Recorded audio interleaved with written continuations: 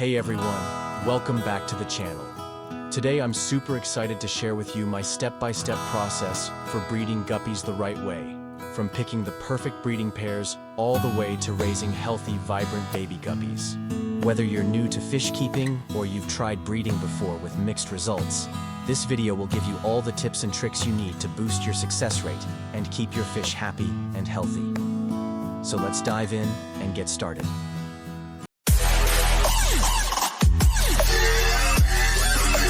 Breeding guppy fish can be a fun and fulfilling hobby, but doing it properly requires some planning, patience, and attention to detail.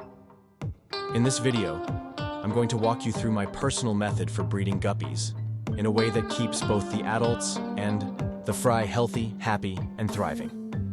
To begin with, selecting the right guppies is key.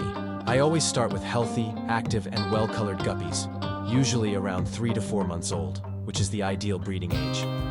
I look for males with vibrant tails and smooth swimming patterns, and females that have a full, rounded body and a visible gravid spot near their abdomen. I also make sure to keep the male-to-female ratio balanced, generally 1 male for every 2 or 3 females.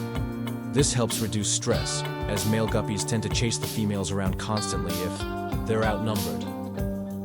Once I've chosen my breeders, I transfer them into a separate breeding tank. I use a dedicated 5 to 10 gallon aquarium, depending on how many fish I plan to breed. This tank is equipped with a sponge filter, not only to provide gentle filtration, that won't suck up tiny fry, but also to help build up beneficial bacteria. I keep the water temperature steady between 78 and 80 degrees Fahrenheit, which encourages breeding activity and supports the development of fry. The pH is kept neutral, around 7.0, and I do small, regular water changes, about 20% every few days, to maintain water quality. The setup of the breeding tank is also important. I include live plants like hornwort or guppy grass, which offer natural cover for the fry once they're born. These plants create a low-stress environment and also help with water quality by absorbing excess nitrates. I avoid using gravel or decorations that fry could get trapped under, keeping the bottom of the tank as open as possible. Feeding is another crucial part of successful breeding. I give my adult guppies a varied and protein-rich diet to promote fertility. This includes high-quality flake food, frozen bloodworms or daphnia, and live or freshly hatched brine shrimp. I feed small amounts 2 to 3 times a day to make sure they're getting enough nutrition without fouling the water. Within a week or 2, I usually see the females start to develop a darker and larger gravid spot, indicating pregnancy. Guppies are live bearers, which means they give birth to free-swimming babies rather than laying eggs. When I see that a female is getting close to dropping her fry, her belly looks boxy and she may isolate herself or stay near the heater, I move her into a separate birthing tank or a breeder box that floats inside the main tank. Some hobbyists prefer to keep heavily planted tanks instead of separating the female, but I find it easier to protect the fry this way.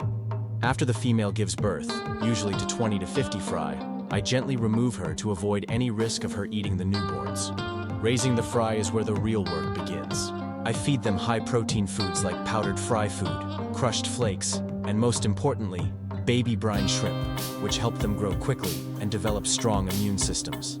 I feed them 3 to 4 small meals per day and keep up with water maintenance religiously, doing 30% water changes every other day to keep ammonia and nitrite levels at 0.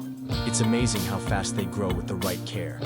In just about a month, they'll start showing their colors and you'll be able to see the differences between males and females.